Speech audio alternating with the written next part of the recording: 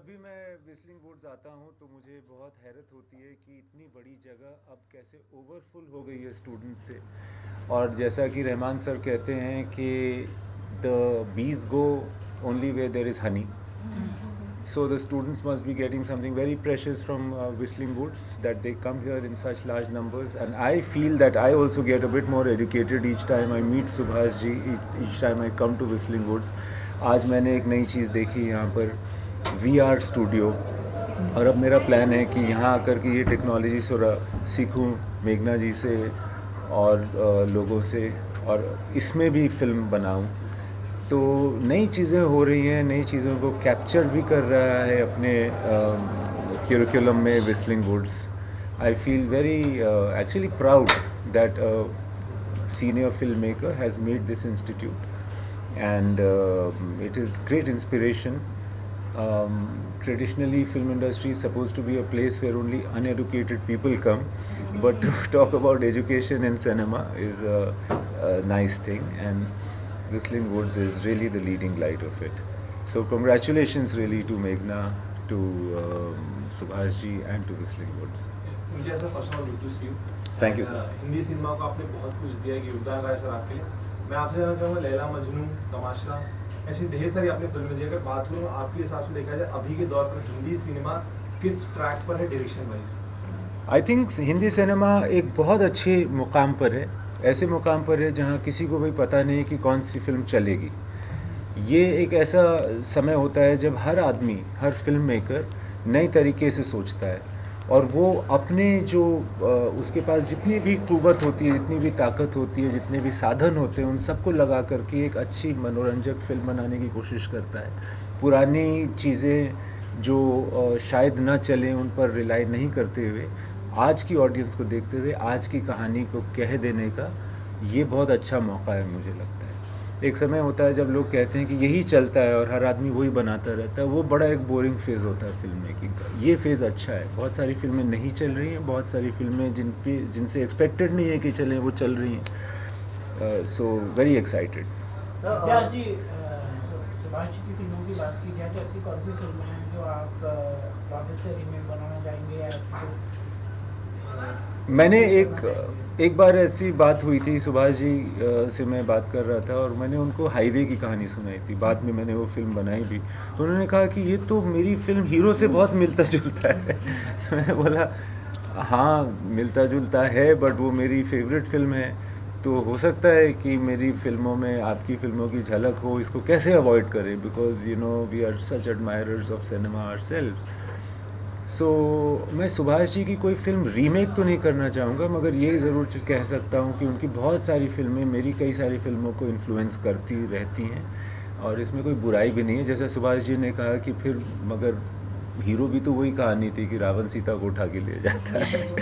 सो बहुत सारी चीज़ें हम जो है अपनी जो कहानियाँ हमने बचपन में सुनी होती हैं उनसे सीखते हैं।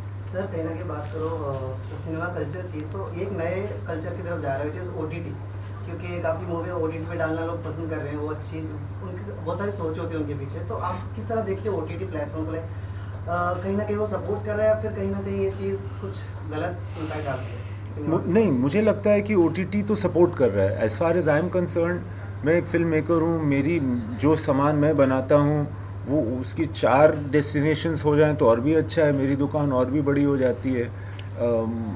सो I welcome OTT as another platform where film makers, storytellers can showcase their work. More and more creative artists can get involved and produce things for. So I have a very positive outlook towards the OTT. Is there any particular difference which you saw like in OTT and the mainstream cinema? Well, one thing that happens or started to happen in mainstream cinema is that the exhibition, the economics of the exhibition or the trade aspect was overtaking the creative aspect.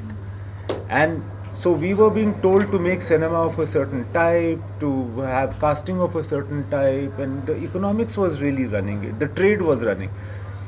अब वो चीज़ थोड़ी सी ना हिल गई है OTT के आने से। Film makers have an option of putting their cinema into a different economic structure. So I think the OTT should be used as leverage for filmmakers to still be able to tell their stories. जैसा मैं आपसे जानना चाहूँगा, एक दौर था जहाँ पर सर रेडियो की आवाज़ सुनकर बताया था कि इस आरजी की आवाज़ से आपकी सर फिल्म होती है, उस फिल्म को देखकर बताते कि आपका तड़कर आपके हाथ की लगा फिल्म है। मैं आपसे जानना चाहूँगा, अगर कहानी की बात करें तो आपकी किस तरीके से नजर होती है कहानी को चुनने की और फिल्म को आगे तक ले जाने की, किस तरीके से आप फिल्म को ढूंढते हैं कहानी को, किरदार? इसमें कोई ऐसा मैं कोई एक पर्टिकुलर टेक्निक नहीं एम्प्लॉय करता हूँ, और ये मेरे बस में भी नहीं होता कि कौन सी कहानी मैं कहूँ या फिल्म बनाऊँ। वो खुद ब खुद जो कहानी आपके दिमाग में चलती रहती है, घूमती रहती है, वही धीरे धीरे फिल्म बन जाती है और उसी फिल्म को आप बनाते हैं।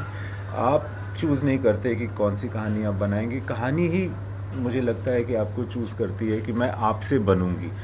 आपने कुछ देखा होता है ट्रेन पे चलते हुए या बस में जाते हुए या किसी से बात करने के दौरान आपको कोई एक चीज़ याद रह जाती है और फिर वो चीज़ धीरे धीरे इमेजिनेशन का रूप लेकर के आपके दिमाग में फिल्म बन जाती है। So I feel and many of these I called infections are going on in the brain at the same time, and one of them emerges before the other and becomes a film.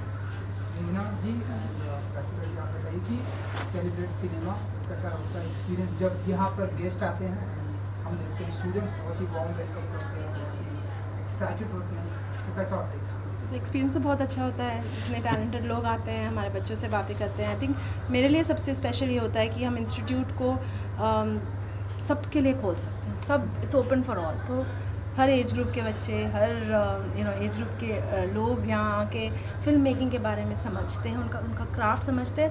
Picture देखते time हम इतने जल्दी picture को dismiss कर देते हैं, right, but in master classes के through सबको पता चलता है कि कितना हार्डवर्क जाता है, कितनी मेहनत जाती है, कितना थॉट जाता है। तो I am very very grateful to all the speakers who have come for the last 3 days and especially for our guest today here who closed the ceremony so beautifully and stayed back for the scholarship. So thank you so much. Yashika, over to you. मैं तो पहली बार यहाँ पर आई हूँ और मैंने बहुत सुना था व्हिस्लिंग वुड्स के बारे में, बट जब मैं आई एंड आई देखा एक पूरे कमरे में इतने सारे एंथुजियास्टिक बच्चे हैं and specially the session also, sir की फिल्म उन्होंने लेके एक क्लिप को जो स्टडी किया, I think this is one of the best discussions I have heard on Chamkila. मैंने बहुत सारे इंटरव्यूज़ देखे हैं, but who better than Subhash ji to dissect everything. मुझे खुद इतना एज अ व्यूअर इतना ज़्यादा इंसाइट मिला on so many scenes. I think great initiative really. या मुझे मैं ये ज़रूर कहना चाहूँगा कि the idea of showing clips and then discussing them adds a relevance. Otherwise it's just talk in an interview. So ये बड़ा अच्छा idea था, and obviously one can imagine that a film school will come up with an idea like that. Thank you so much. Thank you sir, thank you.